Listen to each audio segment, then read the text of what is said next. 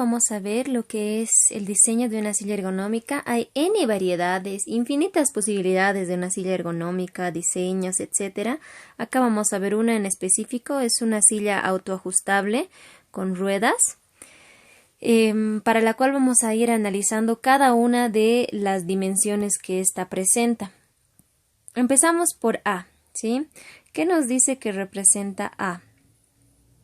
A es la distancia que existe desde el suelo hasta lo que es el hueco popliteo, ¿sí?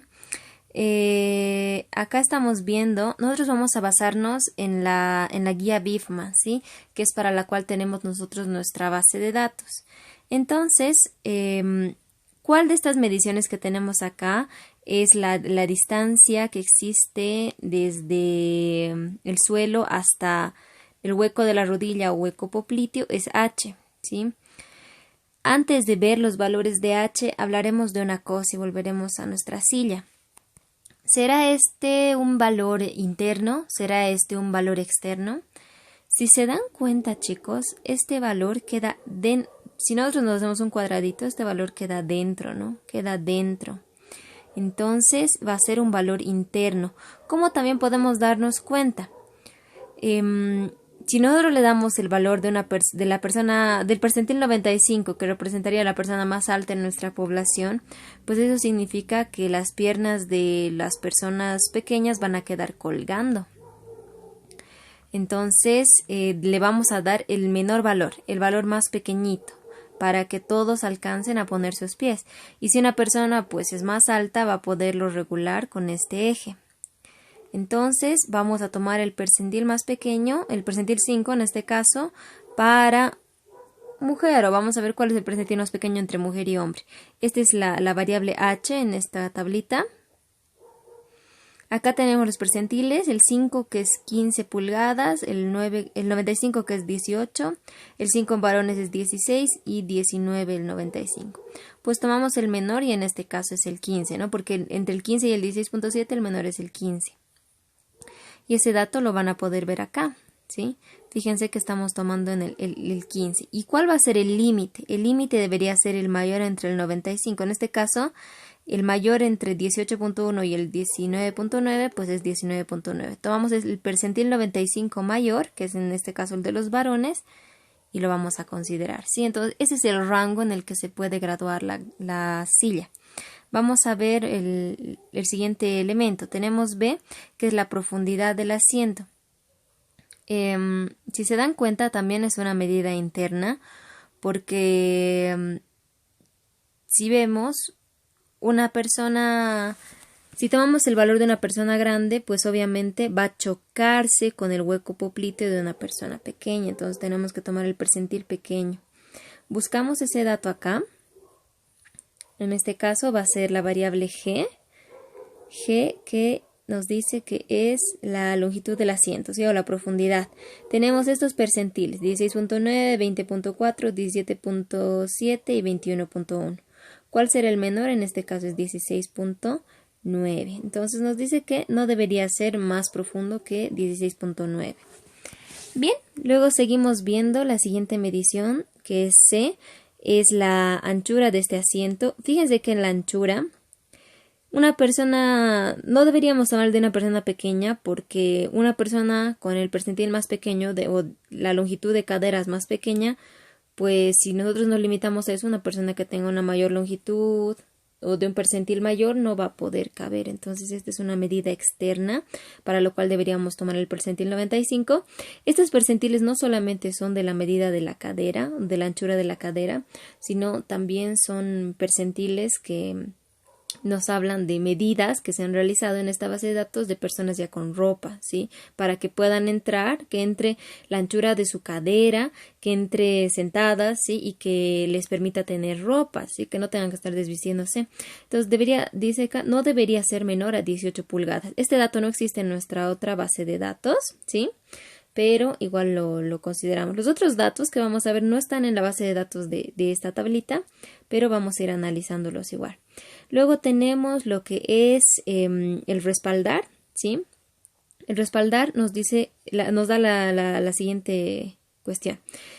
debería ser por lo menos, nos dice 12.2 pulgadas, ¿sí? Entonces, si ustedes se fijan, debería ser un poco menor, ¿no? De la altura de sentado. Acá tenemos la altura de sentado, pero tienen que tomar en cuenta la cabeza y cierta parte de la espalda, ¿sí? Este dato no está en esta tabla, como les decía, pero nos da esta indicación. Luego tenemos la anchura del respaldo, ¿sí?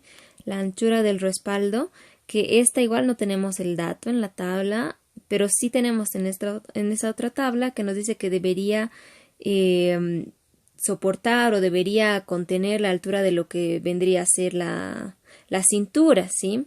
Como mínimo. Como mínimo deberíamos tener la altura de la cintura. Entonces tomen en cuenta percentiles mayores, ¿sí? Si tomamos el de un percentil 5, pues obviamente va a ser que este respaldar sea angosto o pequeño o incómodo para una persona de una estatura o de tallas más grandes. Luego tenemos lo que es F, que va a ser esta partecita o esta altura que se va a dar hasta la curvatura lumbar. ¿Sí?